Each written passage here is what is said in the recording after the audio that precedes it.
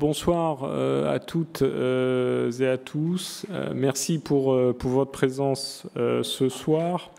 Comme il a été dit, le débat de ce soir, qui fait suite à l'apparition du hors-série de la revue Banque avec la MAFI, ne porte pas sur un sujet d'une actualité qui serait particulièrement brûlante, mais un sujet qui est à la fois extrêmement crucial et complexe, celui de l'éthique et des marchés financiers. Alors, la crise de 2008 n'a pas été causée, ou du moins pas seulement, par un défaut d'éthique des acteurs des marchés financiers, mais le fait est que cette crise a révélé des travers d'un système dont le développement tout au long des années 1990 avait été centré sur la recherche du profit à court terme. Il nous est donc paru essentiel de contribuer à la réflexion sur le sujet de la mise en œuvre des principes éthiques au sein des marchés financiers et des acteurs des marchés financiers. Le hors-série a recueilli un nombre de points de vue élevés et surtout des points de vue d'une grande diversité, ce qui forme un assez bon indice de la complexité du sujet. En la matière, l'une des premières questions qui se pose est celle de l'objectif que doit viser l'éthique appliquée aux marchés financiers. La finalité première des marchés financiers, c'est de fixer un prix entre un acheteur et un vendeur. Lorsqu'on applique des principes d'éthique à ces marchés, évidemment, il convient d'assurer que les opérateurs respectent l'intégrité de ce mécanisme de formation des prix. Mais l'éthique doit-elle aller au-delà et si elle va au-delà, dans quelle direction ? Typiquement, doit-elle interroger l'utilité économique des activités conduites ? Et si oui, avec quelle grille de lecture ?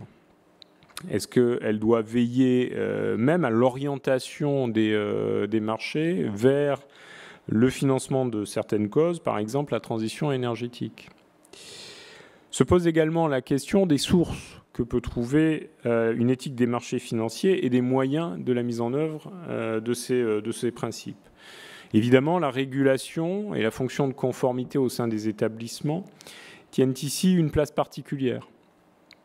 Leur renforcement a d'ailleurs constitué l'une des premières réponses à la crise de 2008, avec comme objectif notamment de réinstaller l'éthique dans les pratiques financières. Pour autant, les avis divergent sur la route à suivre. Certains considèrent que beaucoup reste à faire en la matière, par exemple pour définir un statut transnational et uniforme des lanceurs d'alerte. D'autres estiment que la régulation, si elle est absolument nécessaire, est aussi nécessairement insuffisante en matière d'éthique et que l'inflation des mesures peut en fait déresponsabiliser les acteurs et donc au final limiter la dimension éthique de la conformité. Au-delà, certains des contributeurs au hors-série proposent d'autres moteurs pour l'éthique que la régulation.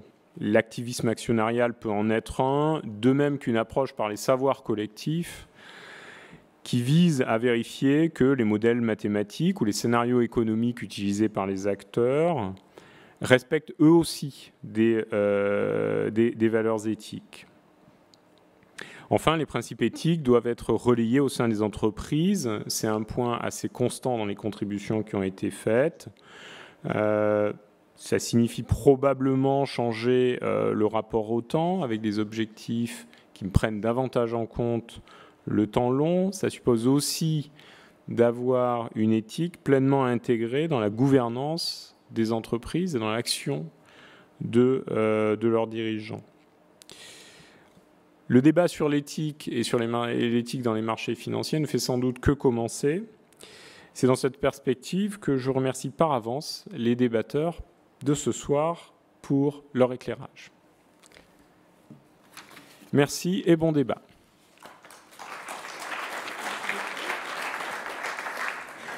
Bonsoir.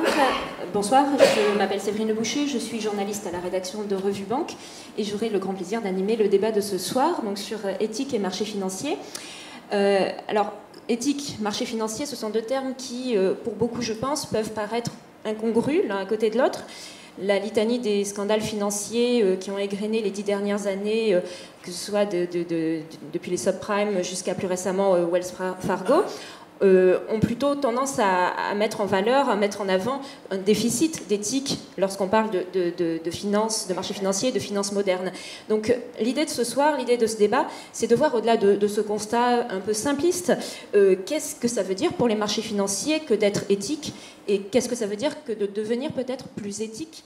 Est-ce que simplement on peut penser qu'il peut exister des marchés financiers éthiques à l'heure des robots et du temps réel ? Et est-ce que tout doit reposer sur le régulateur? Stéphane Giordano l'a évoqué. Ou est-ce que les entreprises, les banques, les intervenants de marché, voire les individus eux-mêmes, ont un rôle à jouer? Ces questions-là, on va les aborder lors de notre table ronde qui va faire intervenir les 4 intervenants que j'invite à rejoindre sur scène. Donc, vous pouvez venir tous les 4, je pense. Tout d'abord, alors sans ordre spécifique, Marielle Cohen-Branche, ordre alphabétique. Marielle Cohen-Branche, qui est médiateur à l'AMF, à l'Autorité des marchés financiers français, qui est membre du Tribunal international administratif de la Banque mondiale et qui est ancien membre de la commission des sanctions de l'AMF et également de la Banque mondiale. Et qui est confronté au quotidien à des situations où l'éthique peut être parfois en jeu. À ses côtés, oui, Elisabeth Franco, qui est doctorante et assistante de recherche à la chaire d'éthique managériale d'HEC Montréal et qui est en même temps chercheuse associée à la chaire d'éthique et finance de la Fondation de la Maison des sciences de l'homme à Paris, et qui nous donnera un éclairage sur les concepts qui sont sous-jacents à notre débat ce soir. À ses côtés, Pierre Delezin, qui est délégué général de l'AMAFI et qui est, entre autres, auteur d'un ouvrage « La finance peut-elle être au service de l'homme ?» Et enfin, Philippe Roux, qui est responsable commercial de Responsability, gérant d'actifs dédié au financement du développement dans les pays émergents et en développement. Je vais donc leur donner la parole dans 5 minutes. Auparavant, je voudrais vous laisser écouter un extrait d'une interview que nous a accordée Michel Camdessus, qui est ancien gouverneur de la Banque de France et ancien directeur général du FMI. Michel Camdessus s'est exprimé qui malheureusement ne peut pas être parmi nous ce soir, s'est exprimé sur le sujet de l'éthique et de la finance. Il revient sur ce que la crise a révélé de ce déficit d'éthique en finance. Et il va expliquer dans cette courte vidéo comment, selon lui, on en est arrivé à ce que se développent des marchés, je le cite, des marchés de l'argent en dehors de tout principe éthique. Donc, on va l'écouter. Quelle place de l'éthique dans la crise financière que nous venons de traverser? Je dirais plutôt, quelle place des manquements à l'éthique à l'origine de cette crise? Avant d'accuser les hommes, il faut se demander ce qui les a atteints et je pense qu'il faut revenir à la grande révolution idéologique fondamentalement qui dans les années 70 a fait que le néolibéralisme envahisse l'univers de la finance. On se souvient bien des théories de Hayek et de Friedman reprises par le président Reagan de son côté, Madame Thatcher de l'autre. Au cœur du néolibéralisme, il y a cette idée que les marchés, par leur capacité d'autorégulation, d'autorééquilibrage, n'ont besoin de rien d'autre. Et qu'en particulier, il faut se garder de toute intervention publique au nom de l'éthique qui, finalement, partant de bonnes intentions, ne ferait qu'introduire des grains de sable dans les rouages et paralyser ou endommager les mécanismes d'autorégulation ou d'autorééquilibrage. Le Parti républicain américain en a tout de suite tiré la conséquence et a fourni comme slogan de campagne à Reagan, l'État n'est pas la solution, il est le problème.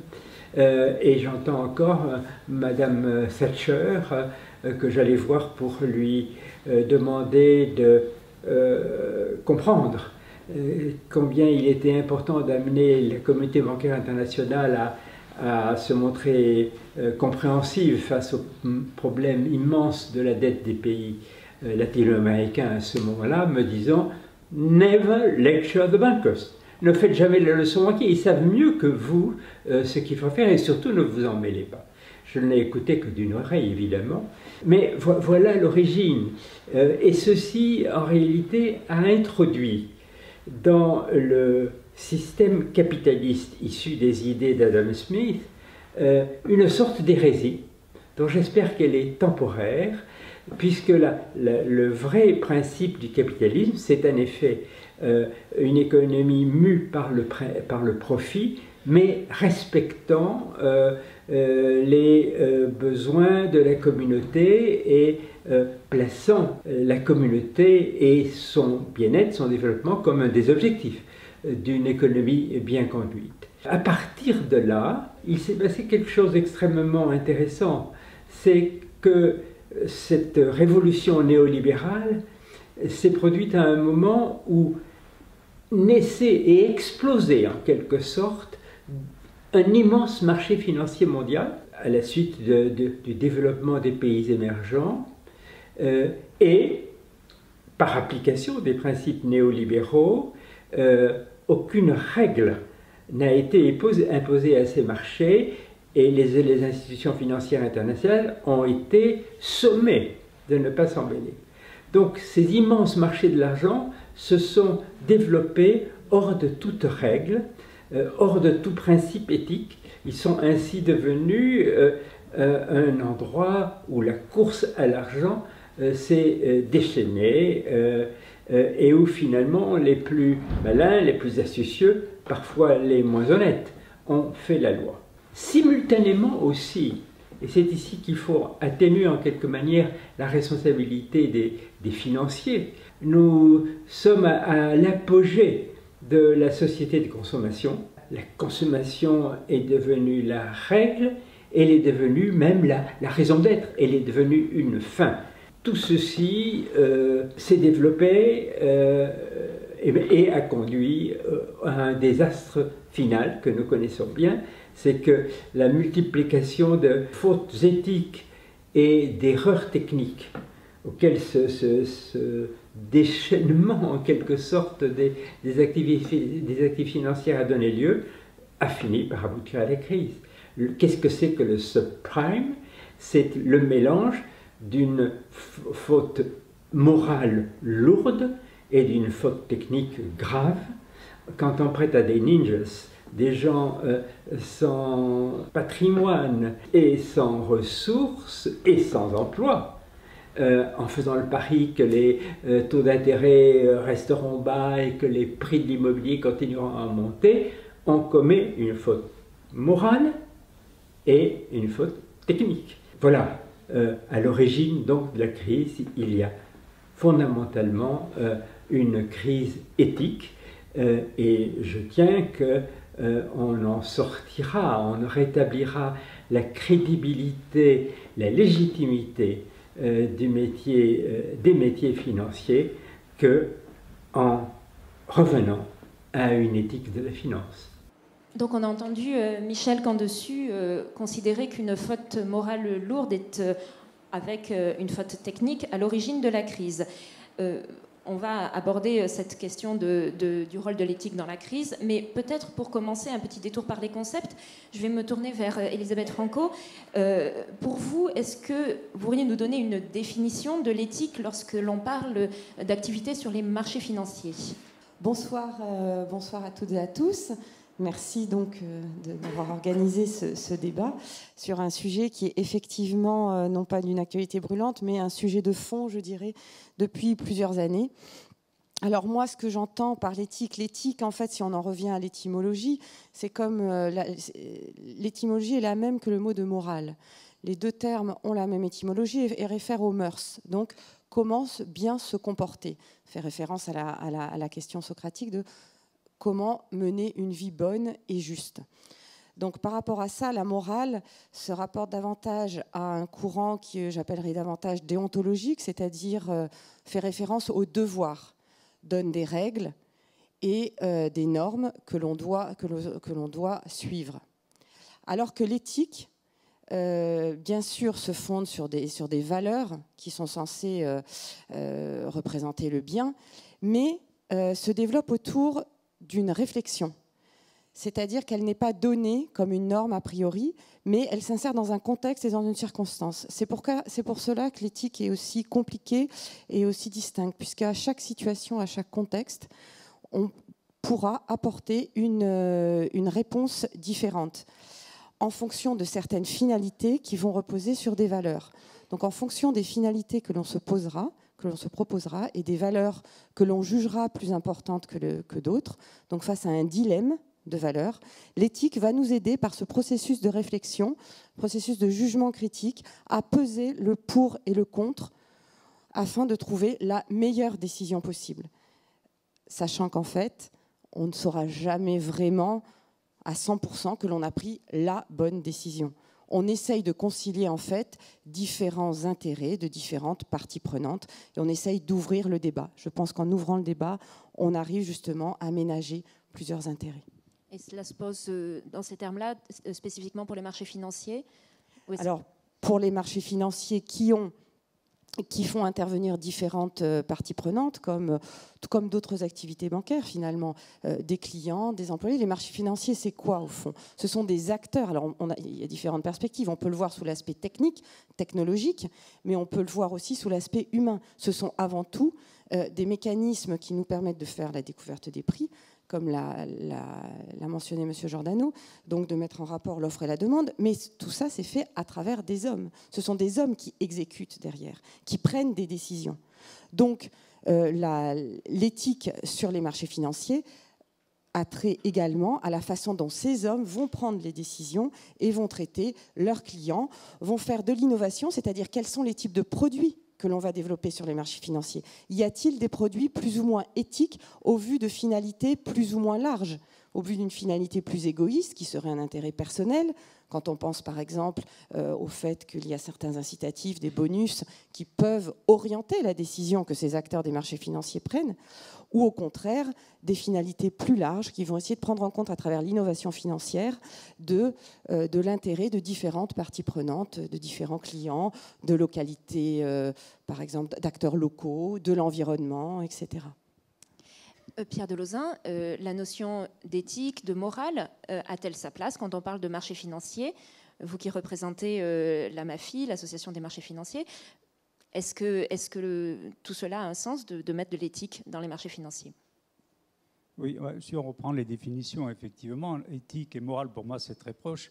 C'est en gros la recherche de ce qui est bien, c'est-à-dire ce qui est bien, ce qui marche bien, qui donne le bon résultat pour lequel c'est fait. Donc, si je recherche sur ce qui est bien, je vais le rechercher dans tous les domaines.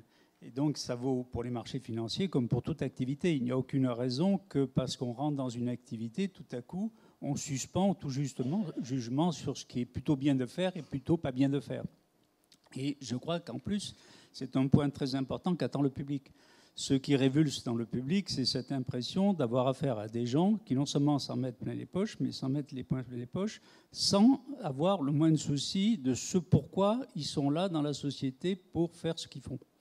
Et donc le fait que ces personnes montrent un souci est déjà un changement important du rapport par rapport aux attentes de la société. Alors ce genre de souci de ce qui est bien, il peut se traduire à deux niveaux et qui sont entremêlés mais très différents, qui sont d'un côté la réglementation, parce que pourquoi est-ce qu'il y a une réglementation? Pour orienter le jeu collectif des acteurs, si possible, dans un sens qui est meilleur. Alors, on n'est pas dans des sociétés parfaites, on n'est pas des êtres parfaits, Mais on peut canaliser dans un sens qui est meilleur. Parce que sinon, ça ne sert à rien de mettre des réglementations, évidemment. Alors, il y a des réglementations pour des choses toutes bêtes qui sont éviter des crises ou éviter des drames, mais il y a aussi des réglementations pour essayer de canaliser dans un bon sens. Et bien entendu, donc, il y a un souci éthique ou moral dans la réglementation. Et puis, il y en a un dans le comportement des acteurs, parce que la réglementation va donner un cadre, mais dans ce cadre-là, les gens agissent librement sous réserve des limites qu'on leur a mis. Et donc, le résultat va être complètement différent selon leurs priorités. Et donc, le marché ne va pas donner les mêmes résultats selon les règles du jeu, d'un côté, et de notre côté, selon les priorités des acteurs. Vous avez un peu la même chose si vous regardez un match de foot. Vous avez des règles. S'il n'y a pas de règles, les gens vont se taper sur la figure comme on le faisait dans l'ancêtre du football qui s'appelait la soule. Et de notre côté, si vous pouvez avoir des règles et un jeu complètement différent, parce que les jeux, il y a des gens qui joueront élégamment, qui joueront activement, qui joueront de manière... Ça ne sera pas le même jeu, alors que ce sont les mêmes règles. Mais on a exactement le même genre de phénomène. Et on a vu pendant la crise, et je pense qu'on y reviendra, qu'effectivement, les défaillances des deux côtés peuvent aboutir à un mauvais résultat. Et comme le dit très justement Michel Gantu, la distinction est à peine marquée entre l'erreur technique et l'erreur éthique. Parce qu'à bien des points de vue, si je fais quelque chose qui est techniquement insuffisant et que je le fais consciemment, ça devient une erreur éthique. Comme un réparateur automobile qui ne réparerait pas bien la voiture, si la voiture dérape après, son erreur technique est en même temps une erreur éthique. Et donc les deux sont extrêmement proches dans la pratique. Marielle Cohen-Branch, éthique et marché financier, éthique et finance, ce sont deux termes réconciliables selon vous? Avant de répondre à la question, je dirais, puisque vous avez mis en dessous de mon nom AMF, que je parle en mon nom personnel. Je ne suis que le médiateur de l'AMF, je ne représente pas l'AMF. Pour répondre à votre question, conciliable, en principe, on concilie des principes qui sont en opposition, qui ont même un sens contraire. Donc déjà, c'est stimulant pour l'esprit et ça voudrait dire qu'effectivement, l'éthique n'a pas le même objet, effectivement, que les marchés financiers. Alors quand vous m'avez proposé cette invitation, ça m'a effectivement intéressée. Vous avez parlé du terme incongru et ça m'a rappelé Freud. Et je pense qu'effectivement, si on se souvient, pour Freud, il y a le ça, c'est-à-dire le plaisir, l'impulsion d'abord chez l'enfant. Et puis ensuite, il y a le moi. Et on va apprendre à l'enfant le principe de réalité et auquel il va devoir se confronter. Il saura ce qui est interdit ou ce qui n'est pas interdit. Et puis il y a le surmoi. Alors le surmoi, c'est ce moment extraordinaire où on a intériorisé la loi.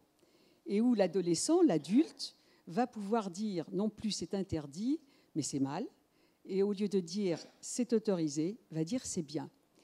Mais si je l'applique au marché financier, je me heurte immédiatement à un système, c'est que la morale, au sens de l'éthique, pour moi, emporte une donnée fondamentale, c'est qu'elle n'est pas sanctionnée.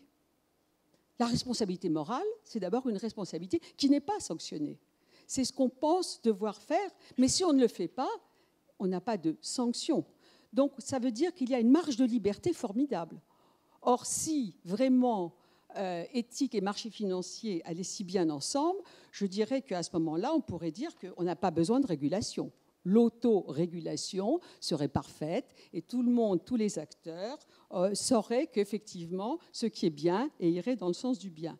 Donc effectivement, je crois que le simple constat de ce que nous vivons depuis quelques années permet de dire que le compte n'y est pas. On aura sans doute l'occasion d'en parler, mais quand on regarde le high frequency trading, quand on regarde le forex, quand on voit les dangers du bitcoin, on est effectivement, on va dire, on a quelquefois du souci à se faire, sûrement. Alors, j'ai envie de dire que le marché laissé à lui-même, les forces du marché, effectivement, ont pour moi, à titre personnel, vont exacerber l'intérêt individuel et qu'il est donc très important de pouvoir encadrer ces forces. Et comme M. Candesu parlait d'Adam Smith, en préparant ce débat, je suis retombée sur une phrase d'Adam Smith que je ne résiste pas au plaisir de vous lire. C'est où il écrivait « La logique d'un marché libre et concurrentiel ne doit pas s'étendre à la vie financière. livrée aux seules forces du marché, la finance fait courir de graves dangers à la société. C'était Adam Smith. Alors, il est vrai que c'était en 1776 et qu'habitant à Édimbourg, il venait d'assister à la faillite de 20 banques sur les 23 qu'il y avait à Édimbourg. Mais je veux dire que quand on parle de l'autorégulation et d'Adam Smith, il ne faut pas oublier que lui pensait qu'au moins dans la finance. Alors, pour répondre à votre question, la finance est-elle conciliable avec l'éthique? La finance régulée, peut-être, est conciliable avec l'éthique. Les débats vont être ouverts. Philippe Roux, un mot pour savoir comment ce concept d'éthique s'intègre dans votre politique d'investissement en tant que gérant d'actifs un peu particulier. Mais permettez-moi de dire 2-3 mots sur ce qui est responsibility, d'où viennent responsabilités et surtout aussi les activités dans lesquelles nous nous engageons.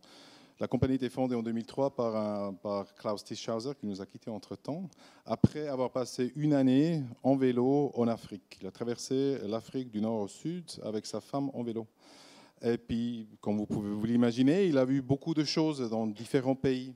Et puis, durant cette année est né le désir en lui de faire quelque chose pour contribuer au développement d'infrastructures principales dans ces pays qu'il avait vus en son voyage. Aujourd'hui, Responsability, après 13 ans, est un gérant d'actifs qui est actif, qui veut contribuer à travers des investissements à la création des infrastructures de base dans le monde financier, d'agricole et d'énergie dans les pays en voie de développement. Nous faisons ça à travers différents produits, je ne vais pas entrer en détail là, mais la base de nos activités est vraiment le désir de contribuer d'une manière positive et de long terme à une création de structures que nous, dans le monde occidental, considérons comme complètement normales. Un monde bancaire, une banque qui prend de l'épargne, qui fasse des prêts auprès de personnes, auprès de petites entreprises, d'aider, de développer l'infrastructure des marchés d'agriculture pour être plus efficace, pour assurer plus de stabilité. Essayer d'aider les personnes dans ces pays d'avoir accès à de l'électricité, ce qui pour nous est quelque chose depuis longtemps de complètement normal, mais dans beaucoup de parties du monde, surtout en Afrique, est loin d'être normal. Par exemple, en Tanzanie, moins de 20% de la population ont accès à l'électricité. Alors c'est, je crois, pour nous, le concept de l'éthique même est vraiment à la base de nos activités de tous les jours. Nous avons une conception et une croyance profonde que si on veut avoir un impact, si on peut vraiment aider au développement, il faut avoir une vue, et puis on va certainement parler aussi de long terme. Le développement, c'est quelque chose qui se fait à travers le temps. Ce que nous faisons, c'est des histoires, si vous voulez, un peu complexes et surtout de long terme.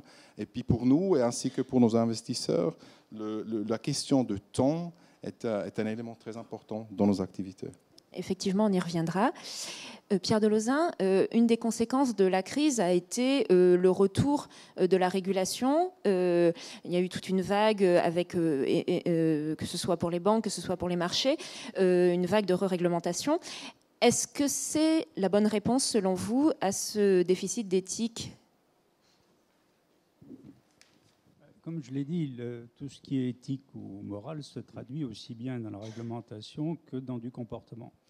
Quand il y a une crise grave, d'abord, il y a un besoin de réglementation en général. Et a fortiori, si on perçoit des défaillances, notamment éthiques, mais peut-être techniques aussi, et donc des règles sont posées.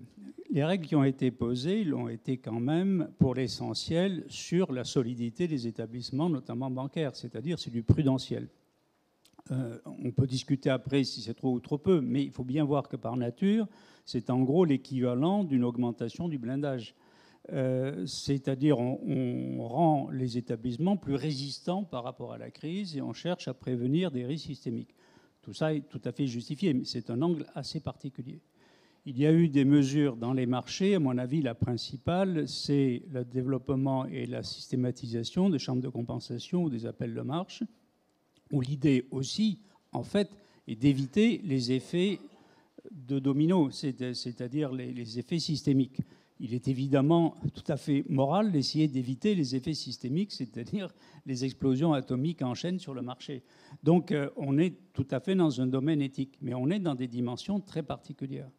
On a eu des mesures comme les directives MIF sur la distribution de produits financiers qui ont été très rigides, à mon avis trop rigides, non pas dans l'intention, mais dans le fait qu'on enferme la décision de conseil dans un schéma tellement rigide que du coup, on pousse les investisseurs à éviter tous les produits présentant un certain risque, et notamment les actions. Et donc, on n'a pas été toujours à un très bon dosage. Mais on a eu très peu de réflexions sur savoir quel est un bon marché financier et comment il marche bien. Encore moins de réflexions sur l'investissement socialement responsable. Il y en a eu très peu à ce niveau-là.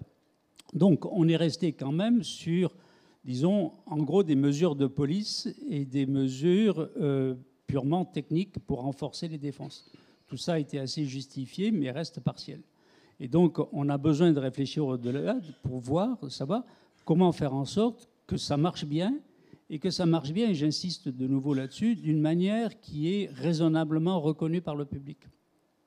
Le public n'a pas eu ce sentiment-là. Il a eu un sentiment de solidification partielle. Il n'a pas un sentiment que ça marche autrement. Or, il n'était plutôt choqué par un certain nombre de choses qui se passaient. Donc, il y a à ce moment-là deux solutions où ces choses-là étaient en fait justifiées, mais il faut les justifier à ce moment-là. Où les choses n'étaient pas justifiées, il faut agir autrement. Et ça ne s'est pas produit dans les proportions voulues. Alors, bien entendu, plus on met des règles aussi, plus on restreint la liberté, et comme on le disait, ça tend à déresponsabiliser. On comprend très bien que le premier réflexe des législateurs est de mettre la règle, mais la question fondamentale, c'est de savoir quel sera comment on obtiendra le meilleur résultat. Le meilleur résultat, c'est-à-dire celui qui est plus bon, qui correspond le mieux à quelque chose de bien en soi, donc éthique. Marielle Cohen-Branche, le meilleur résultat peut être obtenu par les acteurs eux-mêmes, enfin par une autorégulation ou par la régulation d'une autorité? Vous l'avez compris, effectivement, je pense qu'une régulation forte, et en partant de l'AMF tout à l'heure, je voyais, chaque fois que vous allez à l'AMF, vous avez sur un grand écran redonner du sens à la finance. Et ça m'a fait, je me suis dit, alors elle en avait perdu. Donc, il est évident qu'on va comprendre dans les débats que la finance doit financer l'économie et non pas rester en quelque sorte une fin en elle-même. Mais en même temps, force est de constater, et moi je le vois particulièrement comme médiateur, ce que j'appelle classiquement dans ce monde de la finance l'asymétrie de la relation. Et d'autre part le risque du conflit d'intérêts, puisque effectivement on a également des banques dites universelles qui agissent à la fois pour compte propre et pour compte de leurs clients. Et donc j'avais encore ce matin au téléphone une médiation dans laquelle le conseiller, c'est une filiale d'une banque étrangère, était rémunéré à 95% sur les commissions qu'il perçoit. Comme par hasard, à ce moment-là, les commissions de surperformance ont tourné. Et c'est vrai que de ce point de vue-là, je pense qu'est inhérent pour moi les risques de conflit d'intérêts et le risque d'asymétrie de la relation, et qu'une régulation forte est là pour l'encadrer. Alors moi, je suis d'accord avec M. Delezin, c'est de dire il faut effectivement, attention, il y a des règles. Quelles sont les bonnes règles? Et alors là, c'est l'ancienne magistrate qui parle. Je pense que les règles de type anglo-saxon que l'on a vu s'accumuler depuis des années, les arrêts de la Cour de cassation, ils font 2 pages. On a un principe. Moi, j'aimais bien dans nos codes, et je vais regretter, je vais faire un peu de nostalgie, l'époque où on avait, même pour les commissaires aux comptes, on avait un principe. Et puis ensuite, on laisse aux juges, on laisse aux parties le fait de le décliner. Je suis terrifiée par la longueur des textes qui nous viennent de Bruxelles, qui sont pointilleux, mais c'est aussi devenu un droit de scribe, c'est-à-dire où on a perdu le principe, mais on a une multitude d'obligations pointilleuses. Bien entendu, il y aura un jeu chez certains cabinets, dans certains professionnels, de dire « Ah, où est le loophole ? Comment je vais, alors on dit pudiquement, optimiser hein ?» Alors, des gens qui sont très malvenus vous disent que la fraude, c'est l'optimisation du pauvre parce qu'il n'a pas pu se faire aider par un bon avocat. Mais moi, j'avais vu dans les Échos, j'avais été un petit peu stupéfaite de voir qu'avant même que la directive sur la limitation des plafonds des traders, on expliquait déjà comment on allait la contourner. C'était déjà là. Alors oui, donc une réglementation qui effectivement est... Et quelquefois, à la commission des sanctions, quand on disait on va appliquer telle loi, je disais à quelle heure ? Parce qu'on savait qu'au bout de 3 mois, il y aurait une nouvelle réglementation. Donc, il est devenu très difficile de juger. Il est très difficile pour les acteurs d'être même en veille de cette nouvelle législation qui est très complexe. Et on peut appeler, mais peut-être qu'on a déjà perdu la bataille de ces législations qui sont effectivement, dont on va chercher à s'échapper. Mais il m'est arrivé une fois de faire une formation pour des directeurs juridiques, puisque c'était mon ancien métier dans les banques, et je disais quel est le directeur juridique qui n'a pas entendu son directeur général lui dire « Qu'est-ce que je risque à ne pas faire ? Qu'est-ce que je risque à ne pas faire ?» Bon, ben, on cherche où est la sanction. Hein, c'est-à-dire, et ensuite on va arbitrer. On va arbitrer. Donc effectivement, ce que j'ai vu apparaître parallèlement, au fond, j'ai dit, mais on parle de plus en plus d'éthique, et en même temps, on voit que le droit souple, alors les méchants disent le droit mou, à la Cour de cassation, on disait le droit gazeux, hein, se développe.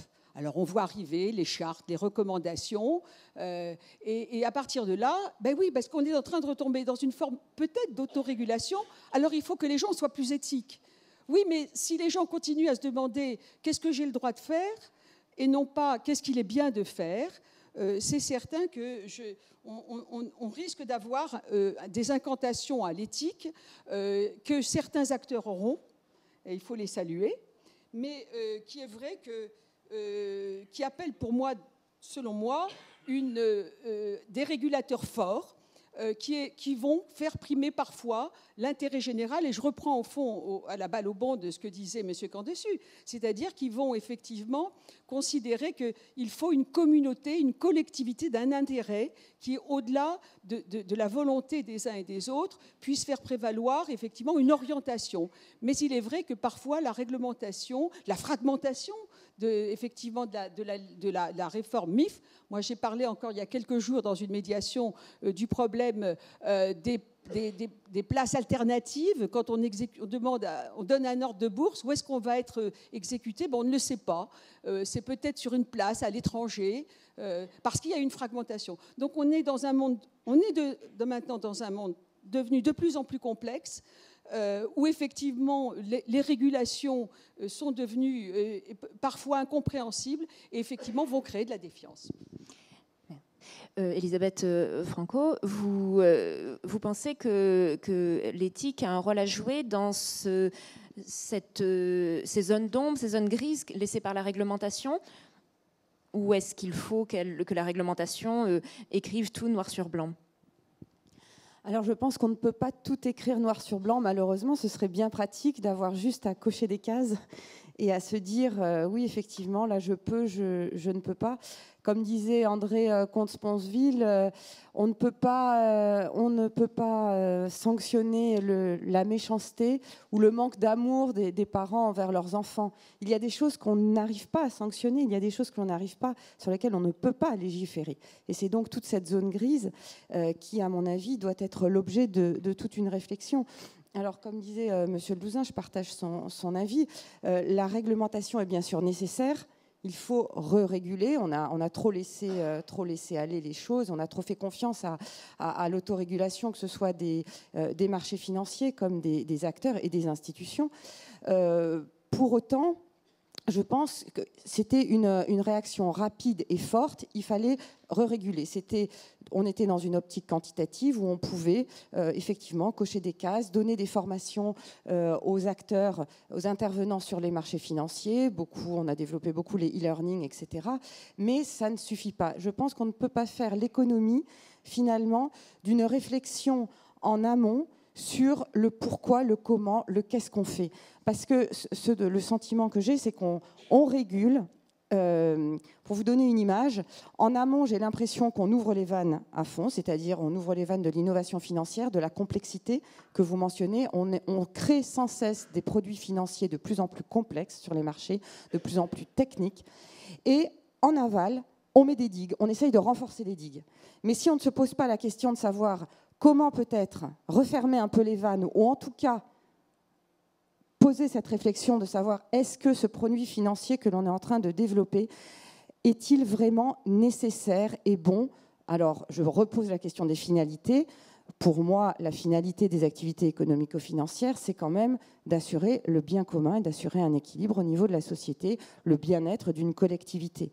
Donc, par rapport à un grand objectif, une grande finalité comme ça, ne peut-on pas et ne doit-on pas se poser la question de quand on lance une innovation financière, pourquoi la lance-t-on?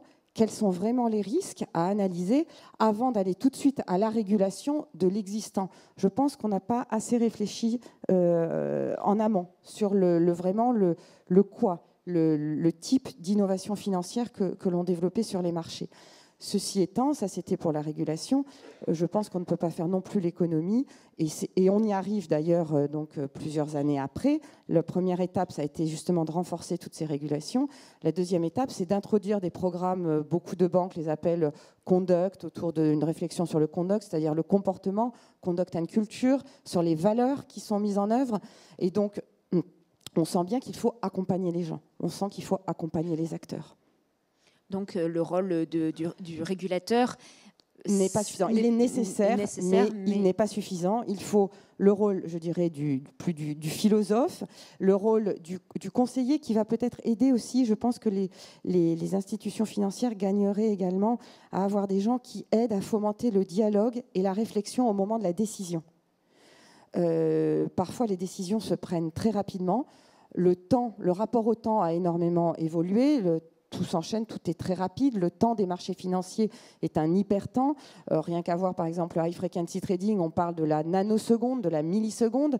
Et c'est pour ça que je vous disais tout à l'heure, poser la question de la réflexion en amont. Est-ce que ça a vraiment du sens de passer des transactions, de passer des ordres de bourse de l'ordre de la nanoseconde, avec des milliers, des dizaines de milliers d'ordres qui sont passés tous les jours, simplement, soi-disant, pour créer une supposée liquidité des marchés? C'est une liquidité fantôme qui reste quelques nanosecondes. Donc, si on se posait vraiment la question de savoir la fin des activités que l'on développe, on ferait peut-être une finance davantage humaine. Et donc là, l'éthique qui est la réflexion pour remettre l'humain au centre, a tout son jeu, toute sa place à prendre. Marielle Cohen-Branch, vous voulez réagir à la question du temps? C'est un très bon exemple, le high frequency trading. Bon, mais on n'arrive pas à le réguler. La question, c'est pourquoi? On sait que 90% des ordres sont annulés. On sait que 70% des ordres aux États-Unis proviennent du high frequency trading. On en est à 40 ou 50% en Europe. Et je me souviens de M. Jouillet, président de l'AMF, disant qu'il avait essayé, mais il n'était pas arrivé à ce qu'il y ait une seconde. Hein, on n'y arrive pas. Et on sait qu'il y a des canalisations en or pour gagner 7-0 après la virgule. Donc la question, c'est pourquoi? Quelles sont les forces qui font qu'on n'arrive pas à réguler? Elisabeth Franco, ou Père de Lausanne, je poserai la question après. Oui, je prends cet exemple, c'est un exemple intéressant. Alors, je vous donne mon opinion personnelle parce que dans les membres de la mafia, il y a des opinions diverses. Moi, je pense que c'est un cas typique sur le plan éthique parce que ça consiste à réfléchir de pourquoi est fait cet outil. L'outil marché, c'est-à-dire que le fait que les gens confrontent des ordres d'offres et de demandes, est un outil collectif dont on a vu qu'il était optimal par rapport à des solutions alternatives. Donc pas des résultats toujours optimaux, mais il est optimal d'opérer comme ça. Mais évidemment, c'est optimal si on agit dans le sens du marché. Alors, quel est le sens du marché? C'est d'abord la découverte de prix et la possibilité pour des gens d'acheter et de vendre en fonction de leurs besoins d'achat et de vente, mais aussi de leur opinion sur le marché, de leur opinion sur la réalité des biens qu'ils échangent. Or, il n'y a pas d'informations nouvelles sur une entreprise tous les 10 millièmes de seconde, évidemment. S'il y en a toutes les secondes, c'est déjà un maximum. Et généralement, c'est moins que ça. Donc, entre l'intervalle d'une seconde et le 10 millième de seconde, il y a des programmes qui interréagissent. mais il n'y a aucune référence à l'économie réelle, par construction, puisqu'il n'y a aucune information de l'économie réelle qui peut rentrer dans le système, dans cet intervalle-là. Donc, il est clair que le marché décale par rapport à ce pourquoi il est fait. Il est fait pour traiter des flux d'argent qui ont un rapport avec l'économie réelle et qui sont des opinions et des décisions par rapport à l'économie réelle, en l'espèce traduites par des flux d'argent sur des valeurs mobilières, mais des valeurs mobilières qui sont des créances d'entreprises sur des entreprises ou des États, ou plus fréquemment des actions. Et donc, on ne respecte pas la finalité, ce pourquoi est fait le marché. Et donc, forcément, il y a un doute majeur, et c'est d'ailleurs une des causes du développement des dark pools, c'est-à-dire du fait que des institutionnels qui le peuvent sortent de ce marché, qui leur fait beaucoup plus penser à la forêt de Bondy qu'à un instrument collectif de découverte de prix. Et donc, il y a forcément un soupçon intrinsèque, indélébile sur cette activité. Et donc, même si on prouvait qu'elle apporte de la liquidité, ce qui ne me paraît pas évident, je pense que la liquidité ne peut pas être un veau d'or absolu. Les marchés actions ont toujours été liquides. Les marchés d'actions de grande valeur ont toujours été liquides, ils ne sont pas plus liquides, et donc ça n'a rien apporté d'une liquidité essentielle. Et donc voilà un cas typique où si on réfléchit sur ce qu'est un bon marché, on se dit ce qui n'est pas bien. À ce moment-là, si des gens réfléchissent sur ce qu'est un bon marché et trouvent que ce n'est pas une bonne idée, bien entendu, là, ça ne peut pas être de l'éthique individuelle, non seulement d'individus, mais même d'entreprise, même d'une très grande banque. Parce que si elle s'abstient, les autres feront, et au contraire, elle y perdra, parce que pendant tous les 10 millièmes de seconde, elle restera passive, alors que les autres feront des transactions. Donc elle sortira du marché. Donc ça ne peut être que quelque chose de collectif. Collectif voulant dire soit avec un régulateur officiel, soit avec quelque chose qu'on appelait autorégulation, mais on ne peut plus appeler comme ça, parce qu'il y a une confusion entre l'auto-équilibre du marché, mais qui est tout simplement une forme de régulation professionnelle. Les régulations des bourses, autrefois, étaient des régulations consortiales, collectives, que les autorités regardaient, mais qui n'étaient pas le fait des autorités. L'énorme avantage, évidemment, c'est que les professionnels montrent qu'ils se responsabilisent en affichant des règles du jeu collectivement qui leur apparaissent bonnes. Et là, l'organisation des marchés, ça devrait être ça. Ce n'est pas du tout ça, actuellement. C'est ou un jeu spontané ou une règle officielle. Mais ce qui est sûr, c'est qu'on a besoin de réfléchir. Je parle de high frequency trading, puisqu'on en parlait là maintenant. Mais c'est vrai d'un certain nombre d'autres activités.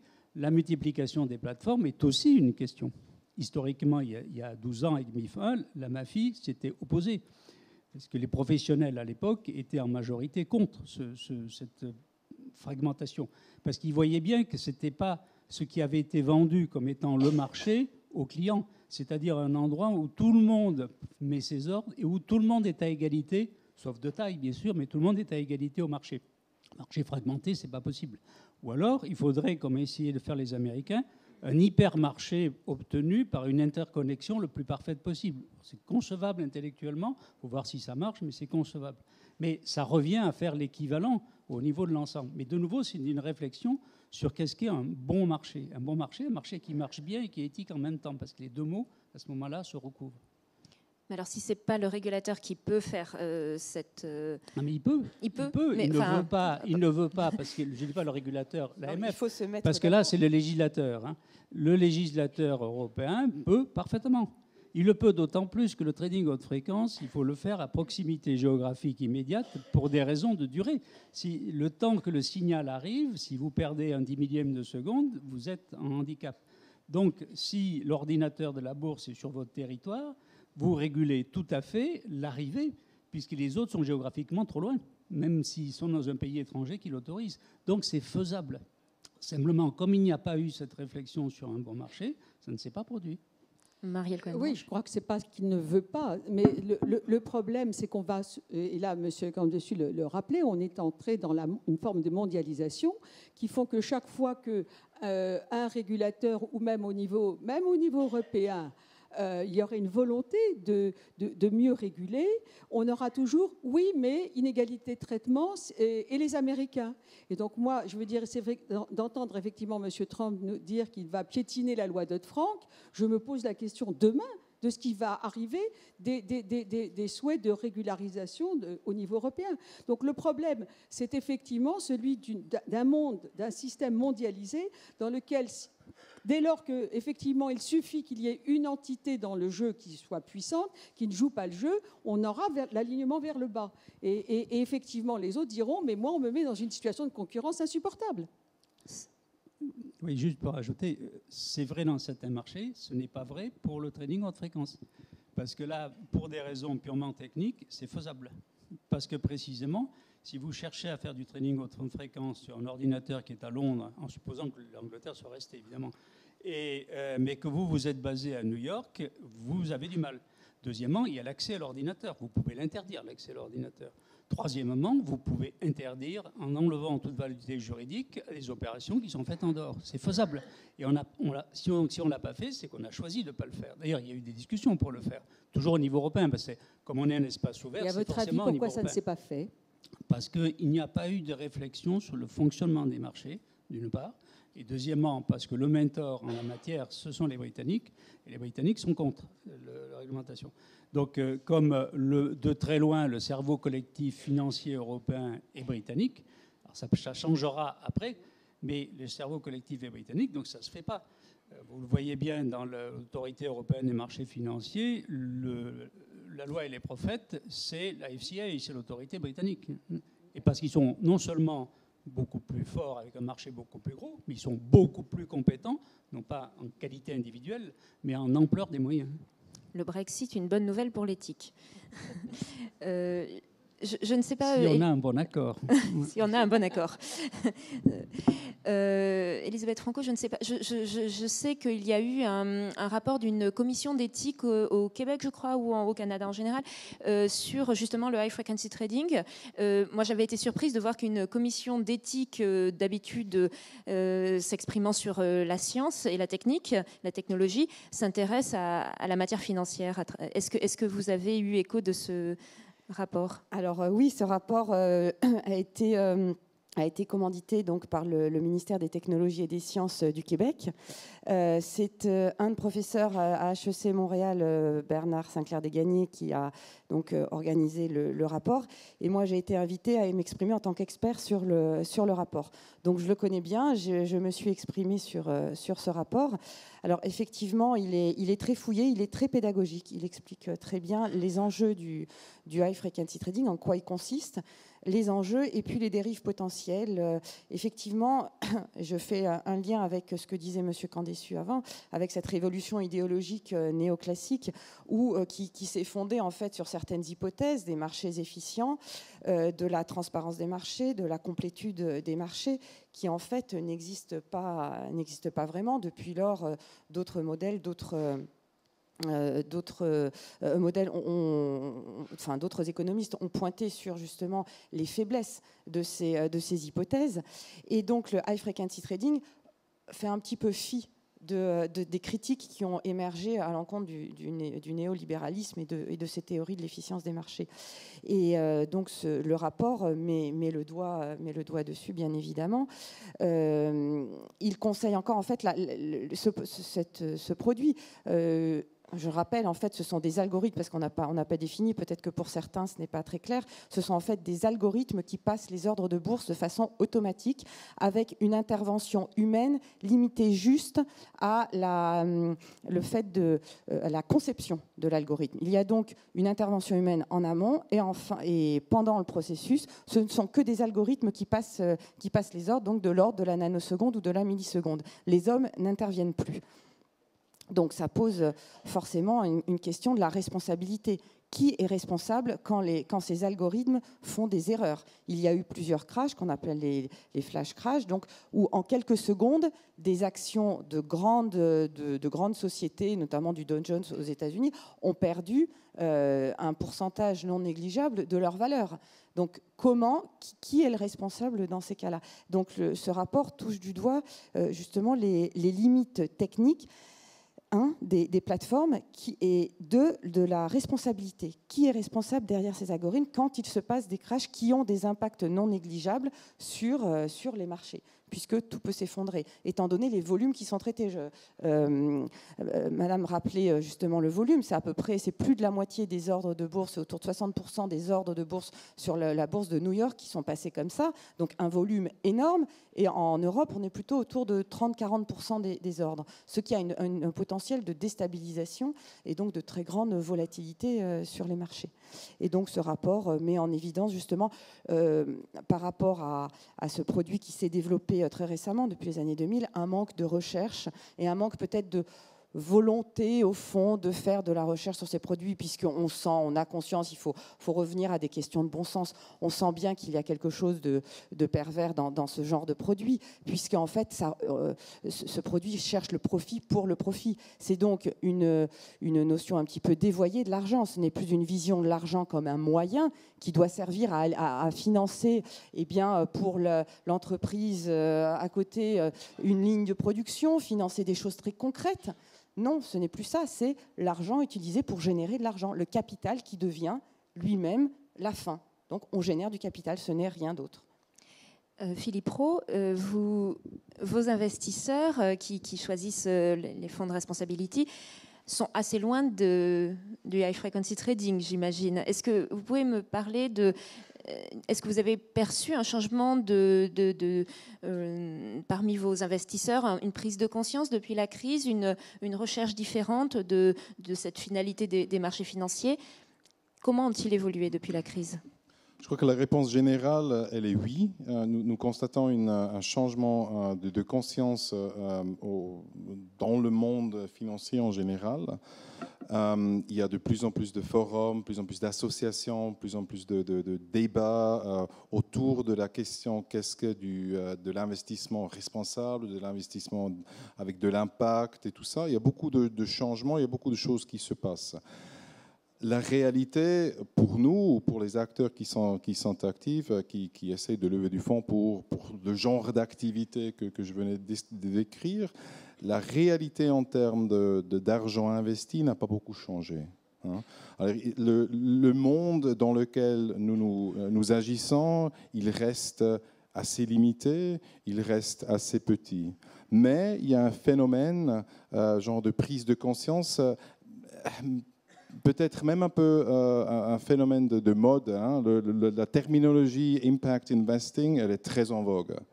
Mais pour nous essayons toujours, jusqu'alors, de nous éloigner un peu de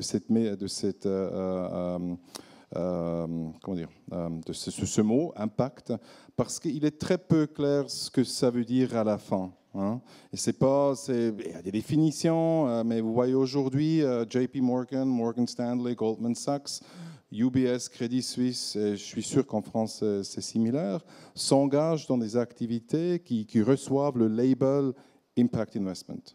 Parce que nous, ce que nous faisons est très loin de beaucoup de ce genre d'activités qui décrivent simplement certaines catégorisations d'activités, comment classifier les actions, et ainsi de suite.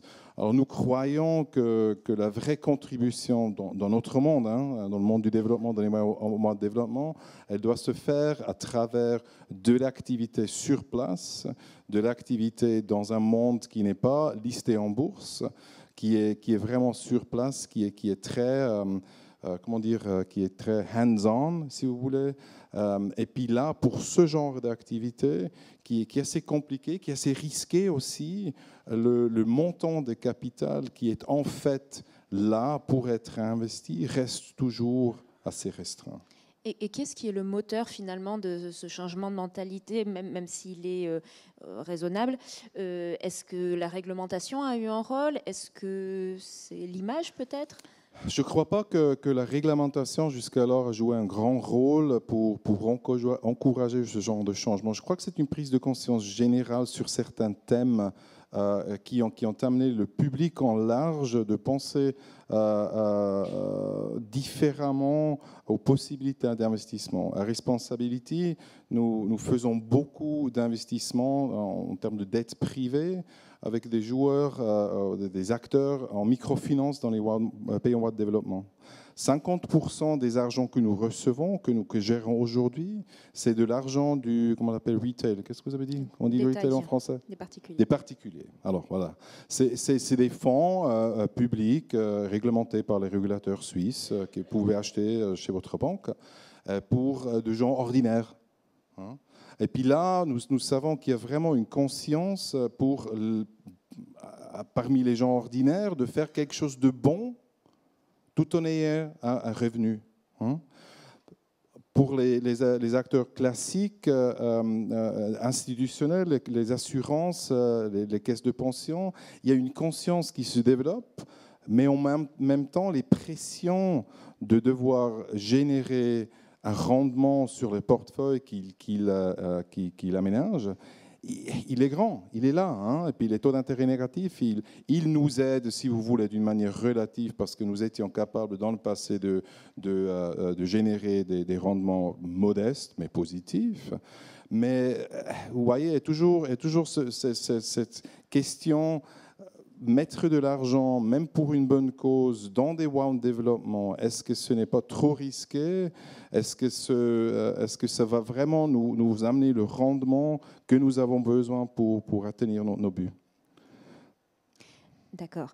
Je vous propose de faire une pause dans ces débats pour écouter à nouveau Michel Cantu. Lors de cette interview, il n'a pas regardé que le passé, il s'est également tourné vers l'avenir et il a expliqué sa vision d'une finance qui retrouve sa crédibilité, qui retrouve sa légitimité après la crise. Pour lui, il a parlé d'une banque qui avait été portée à un statut impérial pendant la période néolibérale et qui doit aujourd'hui redevenir servante de l'économie. Je vous propose qu'on l'écoute. Peut-on donner et comment un nouveau souffle au secteur de la finance?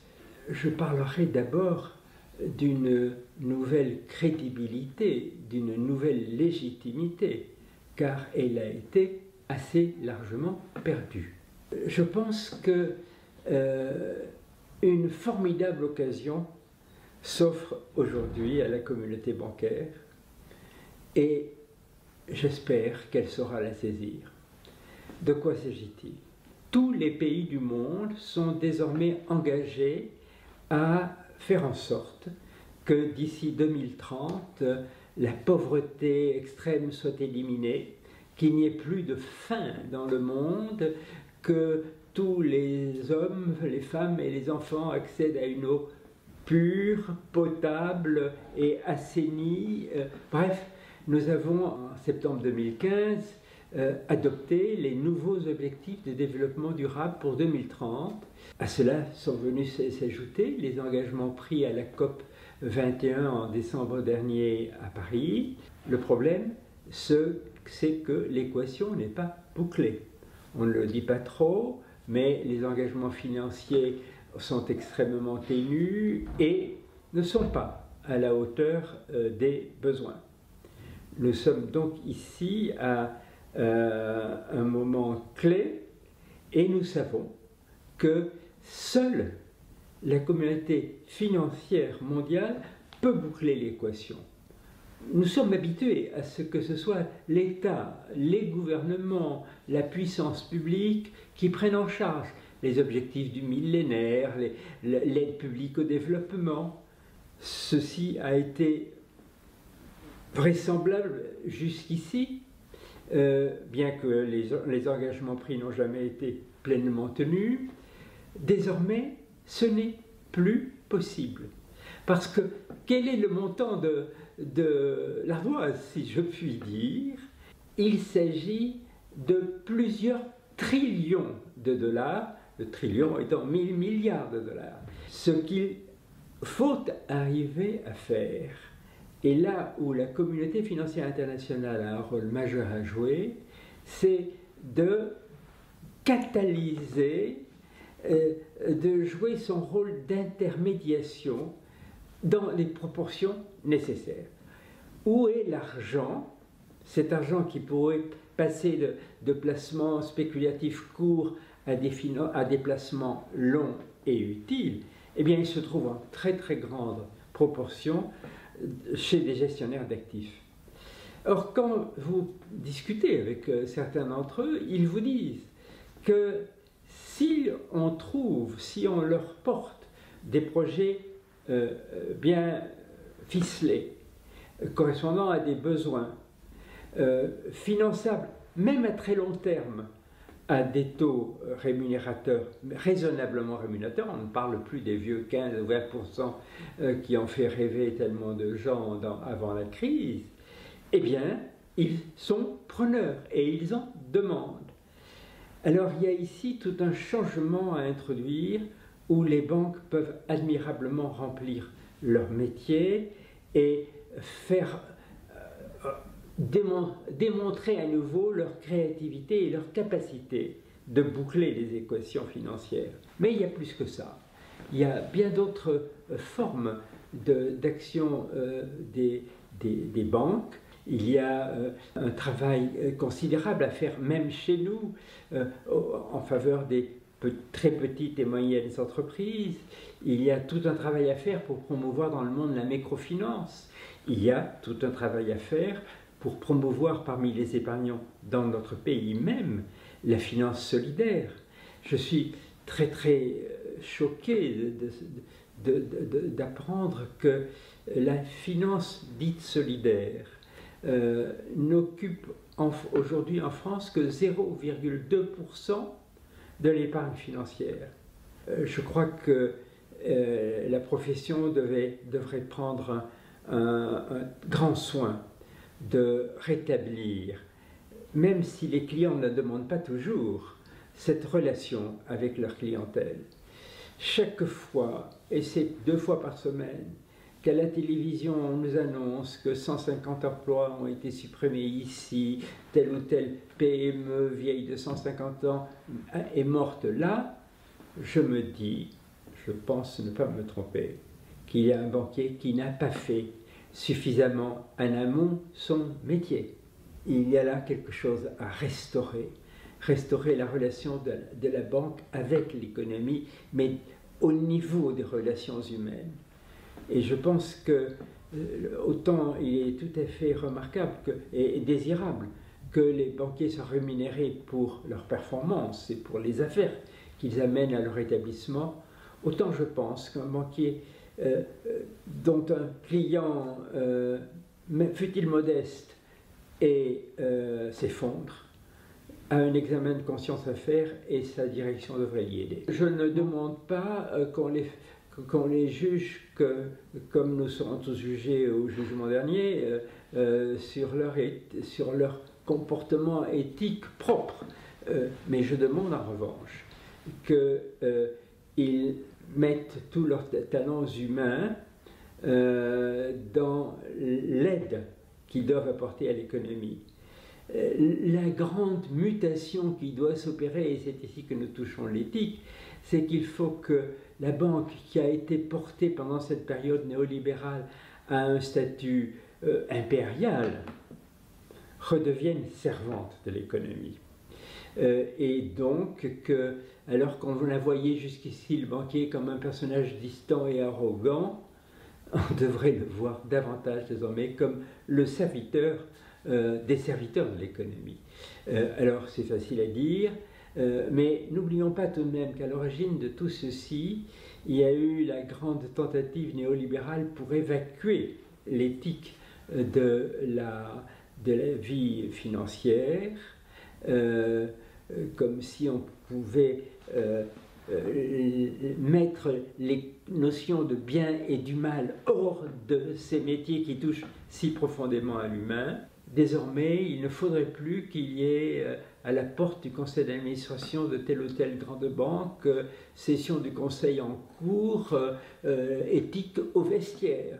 Il faut faire en sorte que ce soit des hommes conscients de leurs responsabilités sociales, c'est-à-dire de développement de l'économie, qui soient dans ces positions et qu'ils s'y préparent, et qu'on les y prépare, et donc qu'ils soient eux-mêmes évalués sur les services qu'ils rendent à l'économie et pas seulement au compte d'exploitation de leurs établissements. Je pense donc que la banque, aujourd'hui, dans la conjoncture actuelle du monde, a des occasions magnifiques pour restaurer son image. Je voudrais rebondir sur ce que Michel Cantu disait dans cette vidéo sur le rôle du financier dans cet enjeu du financement du développement et la nécessité pour ce financier d'utiliser sa créativité, peut-être à meilleur escient que ce qui a été fait avant la crise. Philippe Roux, je voudrais vous faire réagir là-dessus. Avec Responsability, vous essayez d'utiliser justement cette créativité financière pour le financement du développement. Vous avez dû vous sentir concerné par les propos de Michel Cantu. Est-ce que vous pourriez nous en parler un petit peu plus ? En ce qui concerne si vous voulez, la créativité financière, pour nous, ce qui existe aujourd'hui en termes de possibilités de faire des produits, financial engineering, si vous voulez, c'est absolument suffisant pour pouvoir faire ce que nous voulons faire.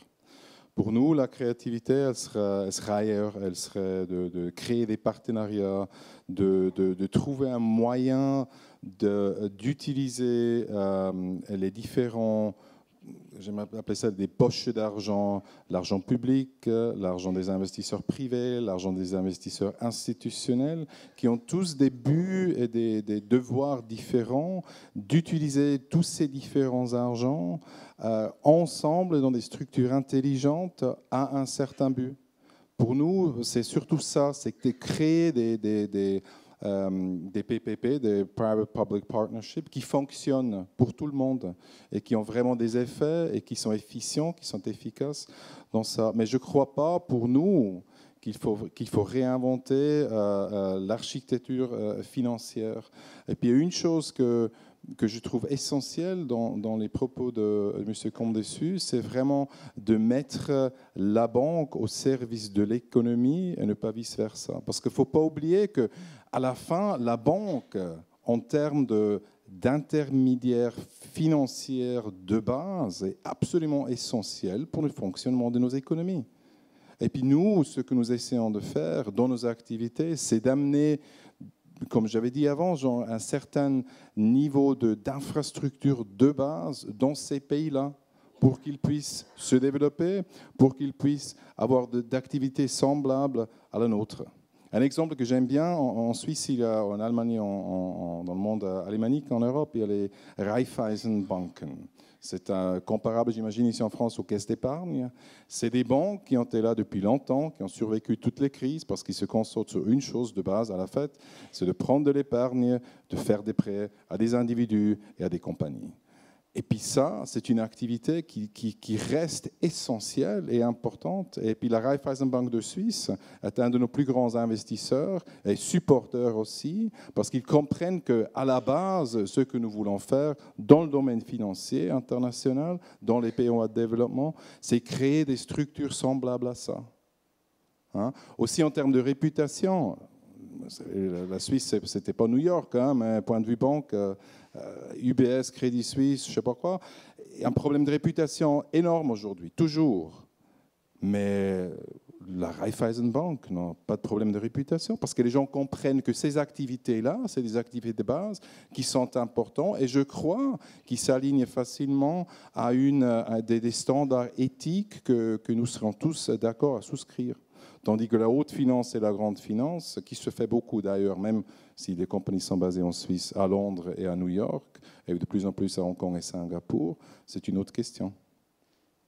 Pierre Delozin, la responsabilité des acteurs financiers en dehors des quelques-uns qui ont pu être cités, est-elle en cause de la même manière que l'a dit Michel Cantu ? Oui et non, mais il faut voir aussi quelle est la fonction et la responsabilité dans les deux sens. C'est-à-dire qu'il y a une responsabilité sur l'utilisation des fonds et la destination des fonds, mais il y a une responsabilité aussi qui est la santé du système.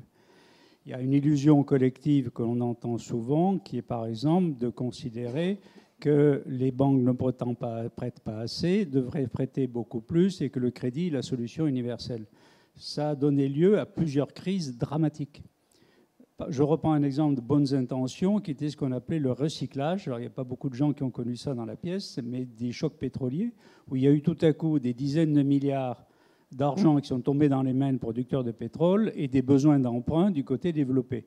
Le système bancaire s'est engouffré, a montré son imagination, a fait du recyclage et a prêté en masse au Mexique, au Brésil et à la Pologne. Moi, je m'occupais du Club de Paris.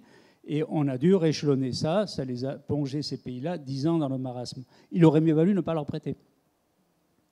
Autrement dit, il y a un grand nombre de cas où l'activité bancaire ne doit pas être mise en demeure de faire quelque chose, elle devrait être mise en demeure de ne pas faire. Je prends un deuxième exemple qui est bien sûr les subprimes, où il y a la seule cause n'est pas le développement des prêts à des gens ayant des moyens financiers faibles, loin de là, mais ça a joué un rôle très important. Ce sont des programmes fédéraux qui étaient soutenus par M. Clinton et Bush. C'est complètement bipartisan. Et on a cru qu'il était bon d'aider les gens à devenir propriétaires avec du crédit. C'était idiot. C'était dangereux. Donc voilà de nouveau des bonnes intentions. Alors je ne dis pas qu'il n'y avait que des bonnes intentions, mais il y avait notamment cette idée-là. Inventons des nouveaux produits, des produits astucieux. Ben non, ça a été catastrophique. Je prends un troisième exemple, là, vous parlez des Raiffeisen qui ont été effectivement bien gérés, mais je prends les savings and loans américaines, ça a été un désastre absolu qui a coûté plusieurs centaines de milliards au gouvernement fédéral. C'était l'activité bancaire on ne peut plus classique, qui ne s'est pas faite. Donc une des vertus du banquier, c'est sûrement de prêter chaque fois qu'il peut, et sûrement de ne pas prêter chaque fois que le prêt est dangereux. Dans les auberges, autrefois, il y avait marqué « crédit est mort pendu ». Il ne faut pas l'oublier. C'est une activité à risque. Et autrement dit, ça vient sur le deuxième aspect qui est qu'on a besoin d'argent différent. C'est-à-dire que si vous avez de l'argent qui est d'un dépôt dans une banque ou une obligation émise par cette banque, vous avez en face forcément du crédit à l'actif de la banque et ce crédit doit être tel que non seulement il est remboursé, qu'il ne met pas en danger la banque, mais il ne met pas en danger le débiteur non plus. Donc, si vous voulez financer d'autres choses, ou vous trouvez des mécanismes aussi sûrs, alors ça peut être des partenariats publics-privés, etc. Il y a tout le problème des financements des infrastructures qui est très important, qui suppose effectivement d'inventer des moyens, avec des relais qui sont forcément à un moment donné sur le marché, parce que contrairement à ce que tout le monde dit, la seule perspective à long terme dans l'économie, c'est le marché. Il n'y a que le marché qui donne de l'argent à long terme. Rien d'autre ne le donne, et surtout pas les États qui, quand ils raisonnent à 5 ans, déjà font une prouesse extraordinaire. Donc, c'est le marché qu'on peut le trouver, mais évidemment, il faut trouver un moyen pour que ça se présente intelligemment au marché. Et ça veut dire que le marché aussi est aussi un autre type d'argent, c'est-à-dire un argent des investisseurs qui ont d'autres intentions. Les investisseurs qui vont effectivement voir M. Rowe et ont une certaine attente, ils sont prêts à utiliser leur argent autrement. C'est parce qu'ils sont prêts à utiliser leur argent autrement. Donc c'est devenu un autre argent, en quelque sorte, qui peut venir là. S'ils continuent à raisonner en se disant « moi je m'en fiche, je cherche à faire le maximum de fric immédiatement, très rapidement, et que ça soit le plus liquide possible », il est bien évident qu'ils n'iront pas là. Il y a peu de chance. Donc il y a besoin de cet argent-là. Ça peut être de l'argent à intention de responsabilité générale, mais ça peut être aussi de l'argent du fonds propre, parce que la forme naturelle de financement du futur sous toutes ses formes, c'est les fonds propres. Le fonds propre ne met pas en danger l'entreprise dans laquelle il va. Et donc on devrait avoir aussi un effort collectif massif pour augmenter la part des fonds propres dans le financement de l'économie. Massif. On devrait financer, on devrait avantager massivement les fonds propres sur le plan fiscal. On fait exactement le contraire. Et pas uniquement en France, à peu près partout. Donc il y a vraiment un problème de pensée collective, c'est-à-dire il y a une addiction à la dette qui est maladive. Il faut à la fois être prêt à utiliser son argent autrement, soit pour des causes qu'on appelle d'intérêt général, soit pour la cause commune de la préparation de l'avenir, c'est-à-dire en fonds propres. Et le crédit doit intervenir là où est son rôle, c'est-à-dire là où il y a une raisonnable sécurité de remboursement. Sinon, il est dangereux pour tout le monde. Marielle Cohen-Branch, je vous donne la parole dans 2 secondes. Philippe Roux, je voulais vous faire réagir. Un autre exemple qui me vient à l'esprit, en plus de ce qu'a cité Pierre Delezin, c'est la crise de la microfinance, notamment en Inde en 2010. On a vu, il y avait plein de bonne volonté pour aider à se développer un secteur financier dans ces pays pour le bas de la pyramide. Et pourtant, on est arrivé à une crise de surendettement et les fonds de microfinance ont eu un rôle dedans puisque vous avez continué à distribuer, vous avez contribué à financer cette crise de surendettement. Je voulais avoir votre regard sur, est-ce que même votre activité peut avoir un moment des dérapages éthiques ? Mais je crois que la réponse, elle est oui, absolument. Je veux dire, dans le fond, mais comme était mentionné, même les activités de base d'épargne et de faire des prêts peuvent avoir des conséquences non prévues. Et comme en Inde, aussi en Azerbaïdjan, il y a eu des situations de crise où certains acteurs n'ont pas agi d'une manière absolument responsable. Il faut aussi dire que ce domaine d'activité, il est assez nouveau. Il faut aussi dire que dans certains de ces pays, il est peu réglementé. C'est une des manières de supporter ce développement, c'est de créer des institutions qui, à la fin, seront réglementées par les États où ils sont actifs. Alors, la réponse, absolument oui. Même dans nos activités, il n'est pas sans danger. Comme il était mentionné, la dette, en principe, est un instrument qui est en soi peut être problématique s'il n'est pas utilisé de manière responsable. Et ça, c'est vrai aussi dans le cas du mythe de la microfinance ou de la finance des small et petites entreprises. Là, il faut instaurer des principes, des guidelines dans la due diligence pour investir de manière responsable dans ces pays-là, dans ces entreprises-là, comme nous devons le faire ou nous le faisons dans nos économies en termes de donner des crédits. Marianne Cohen-Branch, vous vouliez réagir, je crois. À propos de la titrisation, enfin des subprimes, je pense qu'effectivement, c'est une autre thématique qu'il est peut-être intéressant de regarder depuis la crise de 2008, puisque c'est évoqué par M. de Lauzun, c'est qu'à ce moment-là, s'est développé effectivement ce qu'on a appelé la titrisation, c'est-à-dire que ces établissements de crédit américains avaient oublié leur métier.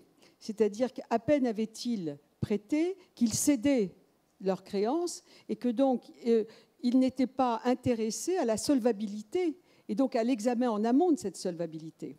Et donc ce développement de la titrisation, sans qu'ils gardent une partie de ces créances dans leur propre bilan, les juristes, on appelle ça l'aléa moral ou la faute lucrative. C'est-à-dire que vous êtes dans un système dans lequel les risques que vous prenez, vous les transférez sur d'autres, où vous êtes déresponsabilisé, donc vous allez accroître le risque. Et donc, c'est certain qu'il va falloir regarder aujourd'hui, à l'avenir, si on nous parle d'une bonne titrisation, c'est-à-dire dans laquelle, me semble-t-il, il sera intéressant de regarder quel est le pourcentage que les établissements, en retransférant, en recédant leurs créances, vont tout de même garder pour qu'on n'ait pas à nouveau le sentiment que tout peut être cédé et que là, à ce moment-là, les mêmes causes risquent de produire les mêmes effets. Alors après, sur la responsabilisation on va dire des épargnants que moi je regarde, je vois, c'est certain qu'aujourd'hui, ce que je constate, c'est que les gens désenchantés par les crises successives des actions s'en désintéressent et vont vers quoi? Vers ce qui leur paraît concret. Alors c'est quoi ce qui leur paraît concret? C'est terrible, c'est les terres rares, c'est le vin, c'est maintenant depuis quelques mois le diamant, c'est-à-dire que vont se développer en dehors des établissements de banque, mais effectivement des possibilités où les gens vont aller rechercher ce qu'ils croient être en plus beaucoup plus concret. Et au fond, nous on commence à voir ça en médiation et le régulateur le voit bien. Des situations dramatiques parce que ce sont souvent les gens le plus vulnérables qui vont être le plus crédules et qui vont croire qu'effectivement il peut y avoir un intérêt élevé parce que là, ils ne sont pas spéculateurs mais ils en ont besoin. Moi j'avais eu en matière de Forex une dame, c'était sa prime de licenciement et finalement elle a vidé l'épargne, l'assurance vie de ses enfants, et elle a dû mettre à la fin ses enfants à la DAS. Donc on a effectivement une multiplicité de tentations par rapport à une situation qui est parfois qui ne relève pas du tout de la spéculation, mais comment réguler, comment encadrer pour qu'effectivement on puisse orienter vers une allocation, on va dire, de l'épargne ou de l'investissement qui ne soit pas débridée au point que le résultat à la fin sera effectivement préoccupant pour tout le monde. Elisabeth Franco, je voudrais avoir votre regard sur un point qu'on n'a pas encore abordé, et c'est la titrisation qui m'y fait penser. Finalement, le développement de la titrisation s'est adossé à une certaine théorie financière qui aujourd'hui est par certains remise en question. Est-ce que ces théories financières peuvent porter des considérations éthiques qui ont été dissimulées jusqu'à présent et qui aujourd'hui devraient être mieux prises en compte? Je pense derrière au débat sur l'éthique épistémique. Alors, l'éthique épistémique, ce que mon collègue Christian Walter appelle éthique épistémique, c'est en fait une éthique qui irait questionner les savoirs, c'est-à-dire qui fait référence à la gouvernance de nos modèles mathématiques. Comment nos modèles mathématiques sont-ils construits? Sur quelle base et sur quel savoir? Et donc, effectivement, comme tout à l'heure, je vous disais que certaines théories, l'efficience des marchés, mais on sait aussi que, par exemple, les équations, les formules de modélisation de Black-Scholes qui nous permettent de quantifier le risque d'une certaine façon, de valoriser les options d'une certaine façon, reposent sur des hypothèses qui ont été remises en cause. Et donc, je pense qu'il n'y a pas eu assez de questionnement en fait de la vision du monde et des sous-jacents, des postulats de base qui sont sous-tendus par les produits et les pratiques financières. Et c'est pour ça que tout à l'heure, je parlais de questionnement, d'accompagner en fait les acteurs sur les marchés financiers à se questionner et à ouvrir le débat. Parce qu'on ne se pose pas suffisamment la question de savoir quels sont derrière en fait nos modèles, donc la gouvernance des modèles, quelles sont les visions du monde qui sont apportées. Et par exemple, quand on voit le high frequency trading, pour y revenir, on voit très bien que l'humain n'a pas sa place. Si on analyse littéralement la définition du produit, si on analyse le mode opératoire du produit, on voit très bien que l'humain n'a pas sa place. Si vous comparez ce type de produits, de pratiques, à d'autres pratiques telles que les financements, les plateformes de financement participatives, avec les risques que l'on a vus, hein, le crédit n'est pas la panacée et le crédit peut porter effectivement à des crises profondes. Mais on voit qu'il y a une dimension humaine, une dimension sociétale, une dimension plurielle, je dirais, et intégrale, que l'on ne retrouve pas dans certains produits tels que donc, le frequency trading ou dans certains produits, dans certains dérivés en fait, qui sont utilisés à des fins spéculatives et non à des fins de couverture qui ont été déviées. On voit bien que derrière ces prestations portent une vision du monde différente. Et donc, il ne faut pas s'étonner que ces modèles, ces théories qui sont performatives, c'est-à-dire qui modèlent la réalité, la façon dont on pense, les mots que l'on va utiliser vont modeler la réalité dans un sens ou dans un autre. Et donc, c'est pour ça que je parlais de réfléchir et de se questionner sur les sous-jacents de nos modèles de pensée, de nos théories. Et quand je dis ouvrir le débat, je pense aussi à ouvrir le débat par rapport à la notion d'utilité qui est vue essentiellement dans un sens financier. On voit l'utilité purement dans un sens quantitatif et financier. On ne peut pas faire, je pense, l'économie d'un questionnement sur l'utilité au sens pluriel aussi. L'utilité pour une communauté locale, l'utilité pour l'environnement, l'utilité pour la société. Et donc, ouvrir le débat aussi dans ce sens par rapport à cette idéologie néolibérale qui veut réduire, quelque part, nous empêcher de penser la pluralité. Or, nous en sommes dans un monde, on l'a dit, mondialisé. La diversité est quelque chose aussi, une loi naturelle. Là où il n'y a pas de diversité, il y a totalitarisme. Et on peut se poser la question de savoir si justement dans cette idéologie néolibérale, il n'y a pas une certaine pensée totalisante et totalitaire.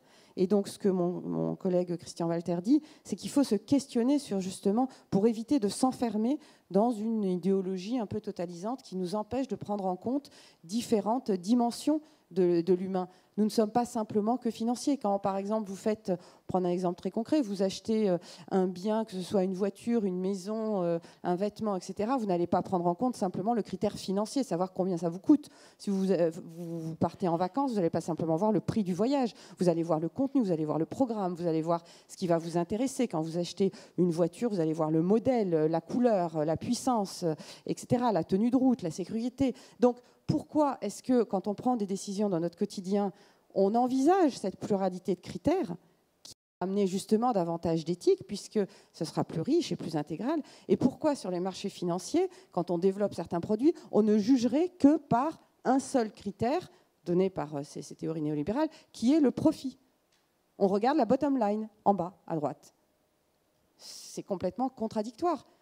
Et donc, je dis, il faut revenir à des questions de bon sens. Quand on prend une décision, que ce soit une décision financière sur les marchés financiers, on devrait ouvrir le débat. Ce qui pose aussi la question des limites. Je pense que parler d'éthique, c'est aussi parler de limites. On n'a pas parlé de limites, mais se questionner aussi sur quelles limites doit-on mettre à nos produits. Un produit en soi, il n'est pas mauvais, il n'est pas éthique ou pas éthique. Les produits dérivés en soi, ils peuvent être très bons. Au contraire, ils ont été faits dans une optique de couverture. La titrisation, elle peut avoir des aspects très bons.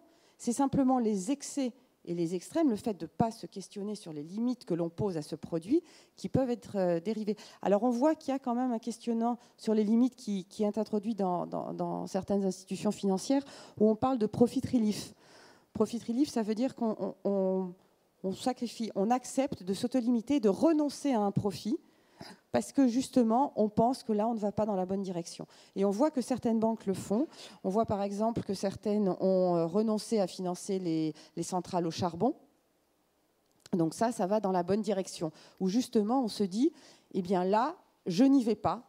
J'accepte de ne pas générer du profit. Alors derrière, les banques communiquent, parce que comme on disait tout à l'heure, ça entraîne des distorsions de concurrence. Si une banque, une institution financière, un acteur sur les marchés financiers ne fait pas, les autres vont le faire, et donc ils vont se retrouver pénalisés. C'est pour ça que tout à l'heure, on parlait de gouvernance au niveau international.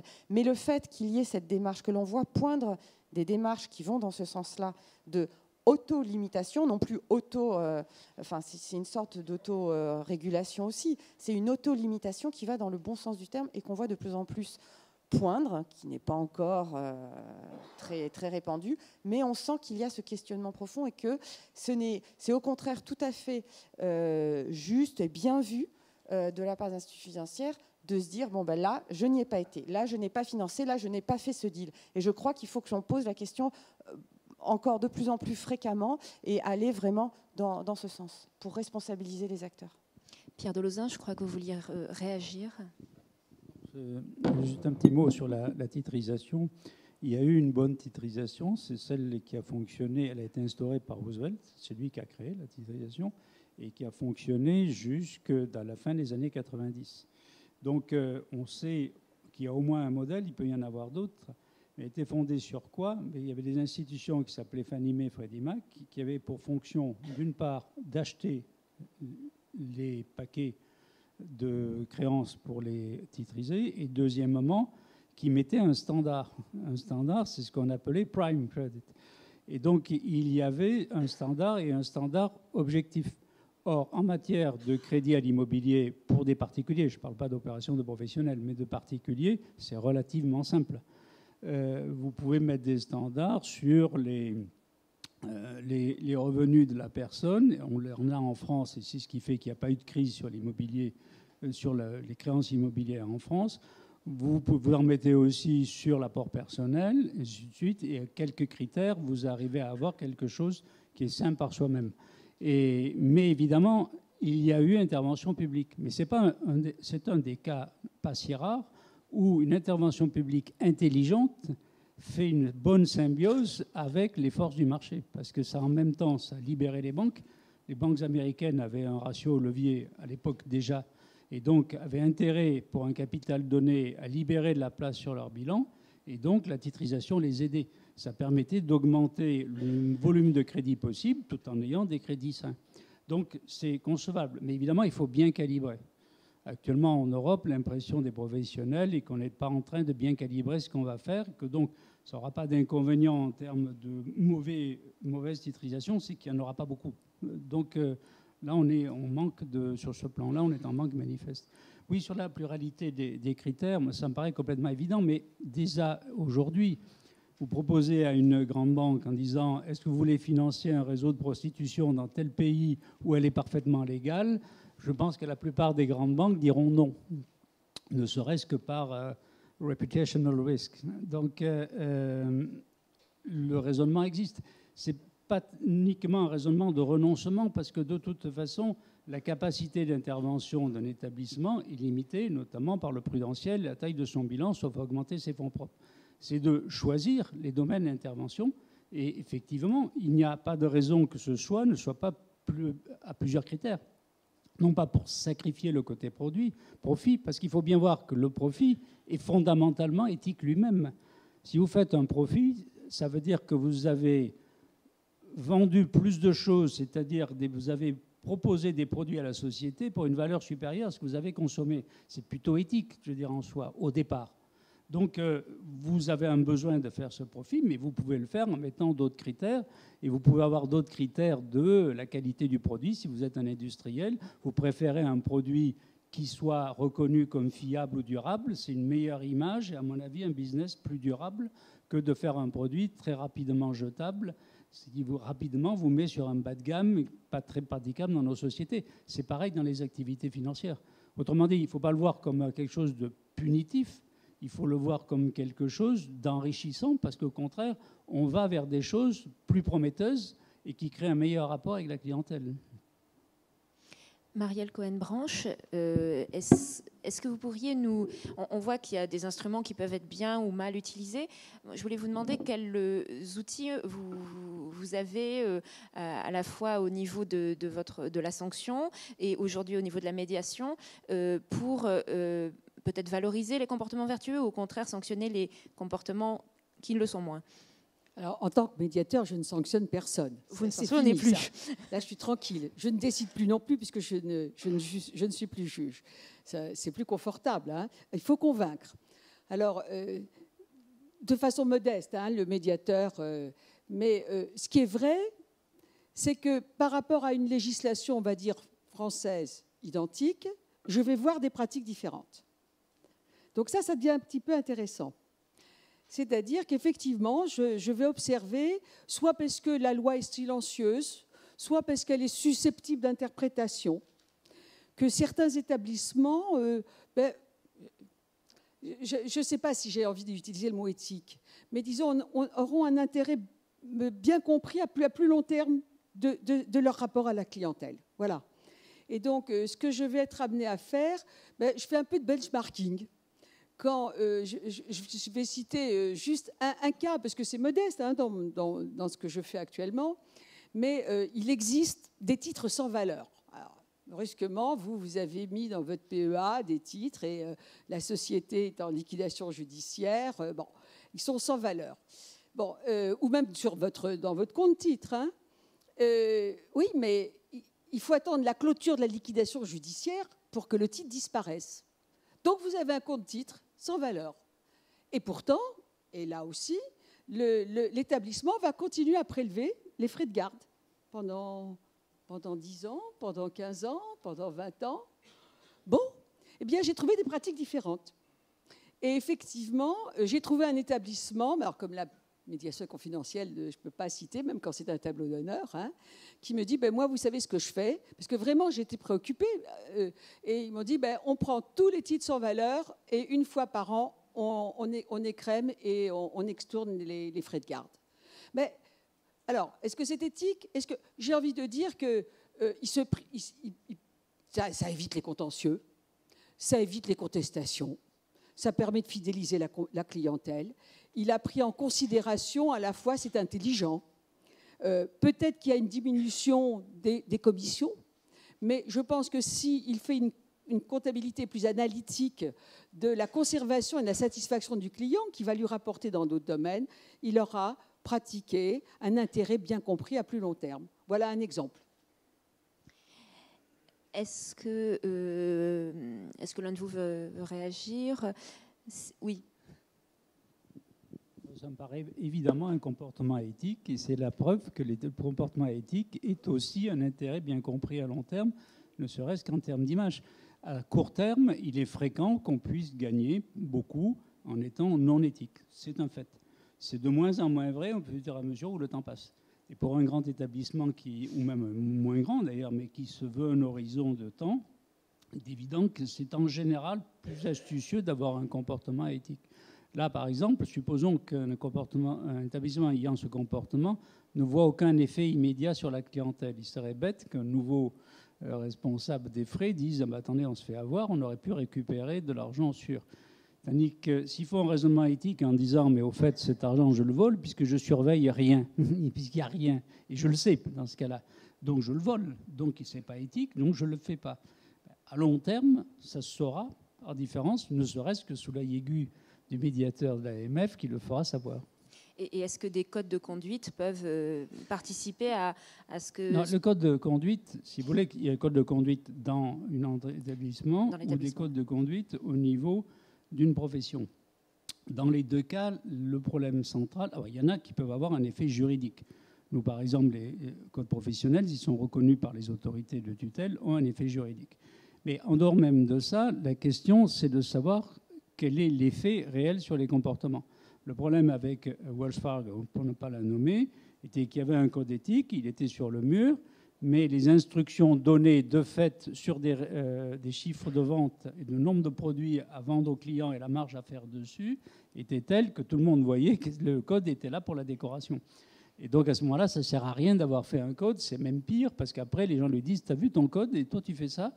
Et c'est encore pire qu'avec quelqu'un qui au moins a affiché d'emblée « Attendez, moi je fais du fric pour à la ligne ».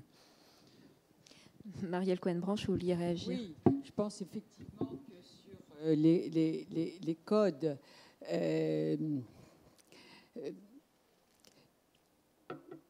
comment dire, pour moi, effectivement, le code, c'est le droit souple. Hein, et je dois dire qu'il y a quelques mois, dans une belle revue financière, j'ai vu un éditorial qui s'intitulait « Revient-on, allons vers le droit dur ?» Est-ce qu'on va vers le droit dur? Ah, je me suis dit, tiens, je le lis. Non, c'était le droit dur pour le régulateur. Parce que c'était le commentaire, effectivement, de l'arrêt du Conseil d'État qui s'était demandé si on pouvait aller sanctionner le régulateur qui avait effectivement établi un communiqué de presse. Et je me suis dit, alors c'est le droit souple pour les acteurs, mais c'est le droit dur pour le régulateur. Je crois qu'effectivement, c'est intéressant. Et je dois dire que, alors là, je l'ai fait appliquer à la Banque mondiale dans un jugement qui a été rendu il y a quelques semaines. Et je me suis beaucoup inspirée d'une étude très belle du Conseil d'État sur le droit souple. C'est de dire, on fait adhérer par un code, par ce droit souple. Il n'y a pas de sanction, d'accord, mais en même temps, on ne peut pas l'ignorer. Et ce mot, on ne peut pas l'ignorer, m'a interpellée. Et donc, dans ce jugement à la Banque mondiale, il y a l'idée de dire, si vous voulez, vous ne pouvez ne pas appliquer ce droit souple, c'était les guidelines de la Banque mondiale, mais alors il faut vous expliquer, et vous expliquer vraiment the higher standards. Hein. Et donc là, il y avait écrit simplement « non, je ne l'applique pas ». Et le « non, je ne l'applique pas », on a pu faire supprimer cette décision qui avait simplement dit « non, je ne l'applique pas ». Donc effectivement, on peut aussi trouver, à partir d'un droit souple qui est suffisamment incitatif, on essaie de faire adhérer, peut-être par petites marches, tout de même de faire évoluer les comportements. Elisabeth Franco, quel regard vous portez sur ces codes de conduite? Alors, ces codes de conduite sont nécessaires. Effectivement, c'est un des outils du droit souple, comme vous dites. Ils sont très bien, mais le risque, c'est qu'effectivement, il reste lettre morte. Pourquoi ? Parce qu'en fait, il y a une espèce, on observe que ce droit souple, ce code va nous donner des instructions pour se comporter de telle façon ou de telle autre façon ou d'une autre, en fonction des circonstances. Mais le management, en général, les directeurs, le top management, ne montre pas l'exemplarité. On sait très bien que l'exemplarité du top management est très importante pour les employés qui ensuite vont appliquer ce droit. Si le top management ne donne pas ne supporte pas, ne donne pas son soutien pour aller dans ce sens-là, mais qu'il impose simplement des valeurs comme ça, on parle d'éthique valorielle, c'est-à-dire qu'ils vont rester comme ça dans l'absolu, comme une bonne règle qu'on édicte, mais qu'on n'applique pas. À ce moment-là, ça ne va pas fonctionner. Pour que ça fonctionne, il faut que tous les échelons de l'institution l'appliquent. Au premier lieu, comme je dis, l'exemplarité, le tone from the top, comme on dit, donc que les directeurs l'appliquent.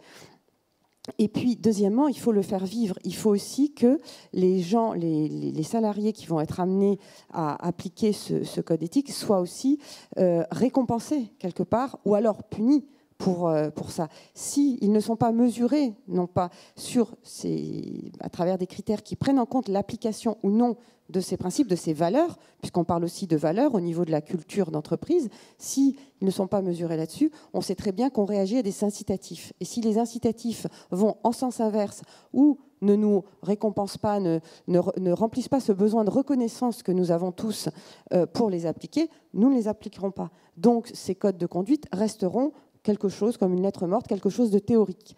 Et donc, c'est pour ça qu'ils sont nécessaires, mais ils ne sont pas suffisants, et ils sont utiles à certaines conditions.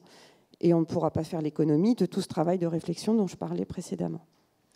Philippe Roux, est-ce que vos gérants sont soumis à un code de conduite, un code éthique? Non.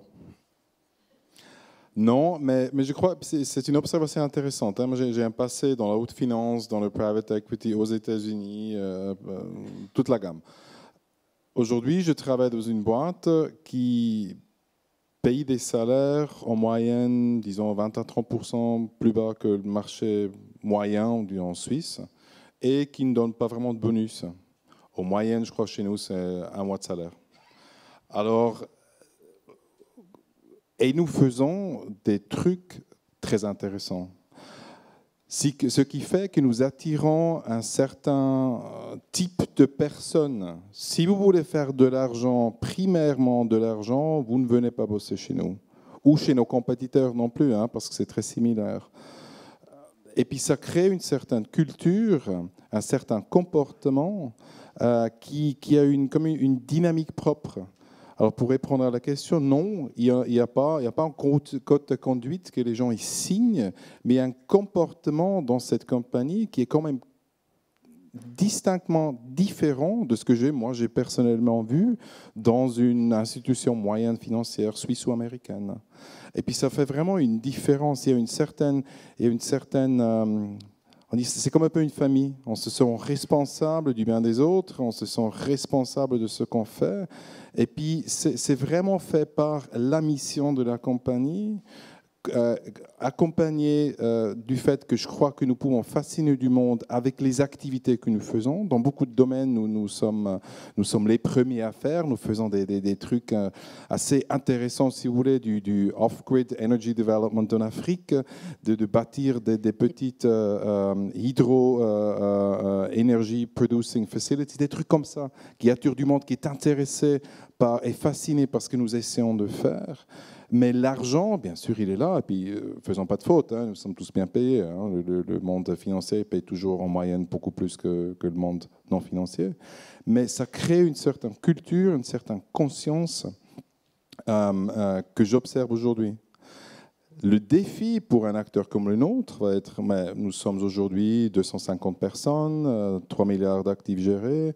Si nous voulons continuer de croître, est-ce qu'à un moment donné, ça va devenir un problème de trouver du monde qui a cette mentalité? Et puis c'est une discussion très active. Est-ce que nous saurions, une fois que nous sommes des grown-ups, des adultes, parce que la compagnie se considère toujours comme un start-up, est-ce que nous serons capables de maintenir cette culture et puis ce sentiment de responsabilité et puis cet engagement personnel en ce que nous faisons?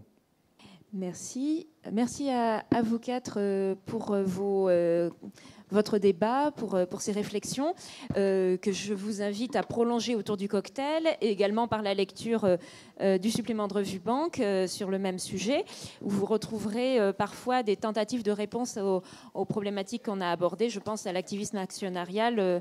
Il y a un témoignage à l'intérieur du numéro que je vous laisse découvrir. Je vous laisse également rencontrer un de nos auteurs, Cyril Antignac, qui vient de publier avec Bernard Attali un livre sur l'impact investing, l'impact à haut rendement sociétal, la révolution de l'impact investing chez Revue Banque. Il est parmi nous ce soir et il pourra dédicacer ses ouvrages. Voilà, il me reste également à vous remercier pour votre présence en grand nombre et à bientôt.